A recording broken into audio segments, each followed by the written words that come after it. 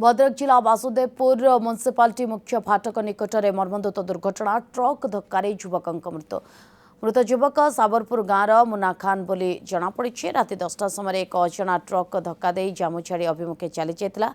ट्रकटी मुन्ना चढ़ी जाता और घटनास्थल में ही मृत्यु होता।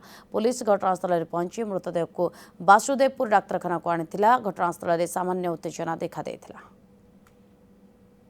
आज्ञा आम तो एपर्तन जापरनु तार तो सब मुंड ठार भस अलग हो माने देखिले भी सही होनी केते माँ कतरू पुओ हरब वासुदेव माटी केते एमती निज लोक हरब तेणु आपण मैंने भी चतुर्थ स्तंभ आपण मैंने भी टे प्रयास करूँ।